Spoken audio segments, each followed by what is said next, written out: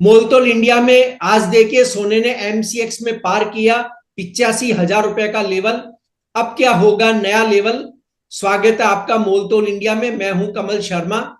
सोने ने 85,000 रुपए प्रति 10 ग्राम के टारगेट को बीते सप्ताह तोड़ दिया। इस टारगेट को छूने के साथ सोने ने इस साल 11% का जोरदार रिटर्न दिया है। अधिकांश एनालिस्ट ने इस साल के टारगेट सोने के लिए 85 से 87 हजार रुपए का रखा था, लेकिन अभी तो साल खत्म होने में 10.5 महीने का समय बाकी है। सोने में अब किस लेवल पर पैसा लगाना चाहिए और नया टारगेट क्या होगा, इस पर बात करेंगे कमोडिटी समाचार सिक्योरिटीज के को फाउंडर और रिसर्च हेड अंकित कपूर से। अंकित जी, हम गोल्ड के नए टारगेट की बात करें उससे पहले यह जान लेते हैं कि इस सप्ताह कौन कौन से डेटा खास होंगे जो बुलियन मार्केट के ट्रेडर को जानना जरूरी है।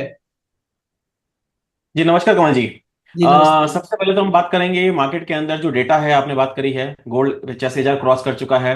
चांदी इतनी ज्यादा तेजी नहीं देखने को मिली है। कल जो डेटा है वो इंपॉर्टेंट रहेगा, फेड की तरफ से जो टेस्टिफाइज आएंगे वो काफी इंपॉर्टेंट रहेंगे, तो मार्केट के अंदर थोड़ी सी वॉलिटिलिटी रहेगी। लेकिन जो मेजर इंपॉर्टेंट डेटा है वो है बुधवार को शाम को 7 बजे अमेरिकी महंगाई दर के जो आंकड़े आएंगे वो काफी इंपॉर्टेंट रहेंगे।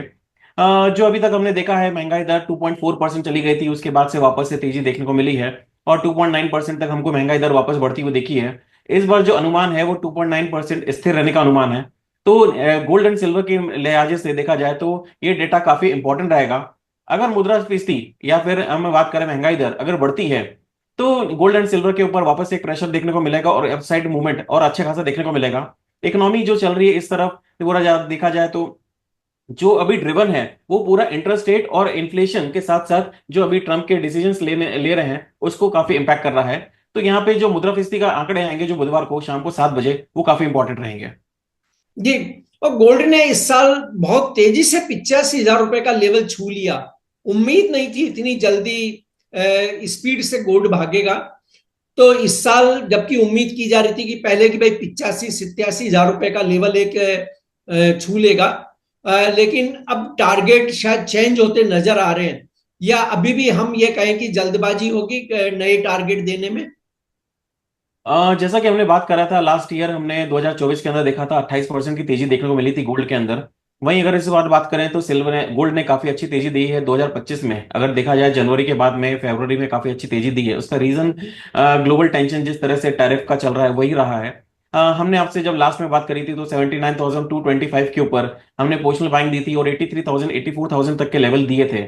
वहां तक के लेवल्स तो अचीव हो गए हैं, लेकिन उसको भी पार कर चुका है, 85,000 86,000 कर देंगे। लेकिन इस समय मुझे लगता है कि अब निवेश के लिए थोड़ा सा धैर्य रखना चाहिए। फ्रेश बाइंग यहां से नहीं करनी चाहिए, करेक्शन का वेट करना चाहिए, क्योंकि ये जो तेजी है ये नॉन स्टॉप तेजी है। इसमें फंसने के चांसेस बहुत ज्यादा हो सकते हैं और इसमें ग्लोबल टेंशन अगर बढ़ती है तो डेफिनेटली ये 88 89,000 कहीं भी जा सकता है। लेकिन मुझे लगता है कि निवेशक जो हैं वो फ्रेश खरीदारी के लिए अब थोड़ा सा उनको इंतजार करना चाहिए। इस लेवल पे नई खरीदारी नहीं करनी चाहिए। जिनके पास में खरीदारी ऑलरेडी रखी हुई है वो इसके अंदर रिवाइज स्टॉप लॉस लगा सकते हैं 83,000 का, और 83,000 का स्टॉप लॉस से ये कंटिन्यू करना जा सकता है। ये अंकित जी, गोल्ड ने अभी तक हम देखें तो इस साल में 11% का रिटर्न दिया है। यदि यही स्पीड रही तो चॉइस के रिटर्न यानी तकरीबन जो 28% था पिछले साल, क्या उसको पीछे छोड़ देगा या अभी हमें रिटर्न के प्रतिशत को लेके वेट करना चाहिए? मुझे लगता है रिटर्न के प्रतिशत को लेकर थोड़ा सा वेट करना चाहिए, क्योंकि अगर हम देखें तो 1980 में $850 का हाई लगाया था। अगर हम लोग इसी को एडजस्ट करते हैं जो इन्फ्लेशन एडजस्टेड रेट होता है उसके हिसाब से हमारा जो रेट आ रहा है वो $3400 का आ रहा है। तो $3400 तक की तेजी कहीं भी आने वाले टाइम में देखने को मिलेगी। लेकिन जो हम बात कर रहे हैं कि बहुत ज्यादा ये एक सिनेरियो बना हुआ है, अभी करेक्शन का आया नहीं है। जब करेक्शन लेगा तो हो सकता है कि वो महीने 2 महीने 3 महीने तक खिंच सकता है। तो अभी बहुत ज्यादा प्रतिशत को लेके कोई बात करना अभी बहुत ज्यादा जल्दी होगी। डोनाल्ड ट्रंप आगे किस तरह से स्ट्रैटेजीज लेते हैं तो मुझे लगता है कि सभी ट्रेडर्स को फूक फूक के कदम रखना चाहिए, क्योंकि सभी को जिस तरह से हमने बात करी हुई है कि डोनाल्ड ट्रंप एक्स पे कंटिन्यूअसली कुछ ना कुछ डिबेट कर रहे हैं या फिर कुछ ना कुछ स्टेटमेंट दे रहे हैं। कभी वो मैक्सिको को लेके हमने देखा हुआ, मैक्सिको और कनाडा को में 25% का उन्होंने टैरिफ लगाया था, विद इन 24 आवर्स 48 आवर्स के अंदर उन्होंने वापस ले लिया कि एक महीने के लिए पोस्टपोन कर दिया उन्होंने। तो ये जो चीजें चल रही हैं मार्केट के अंदर काफी वोलेटाइल है। और देखिए, जब भी मार्केट के अंदर टेंशन होंगी, गोल्ड के अंदर डेफिनेटली बाइंग क्रिएट होगी। लेकिन इस लेवल पे मुझे लगता है कि बाइंग के अंदर थोड़ा सा कंसंट्रेट करना चाहिए। अभी ऐसा नहीं है कि तेजी खत्म हो गई है, तेजी मुझे लगता है कि आने वाले टाइम में अभी और तेजी देखने को मिलेगी। लेकिन फ्रेश बाइंग के लिए थोड़ा सा करेक्शन का मुझे इंतजार करना बेटर रहेगा। लेकिन जिन्होंने खरीदी कर रखी है वो इसको होल्ड करके चलें। अभी सेलिंग जैसी कोई कंडीशंस अभी नहीं बनी है। अगर ऐसी कोई कंडीशंस बनेंगी, डेफिनेटली आने वाले समय में उसको, अगर हमारी बातचीत होती है तो अपडेट करेंगे। ये अंकित जी, इस बीच में हम देखें तो चीन ने इंश्योरेंस कंपनियों के लिए कुछ प्रोविजन किया है, कुछ उन्हें छूट दी है।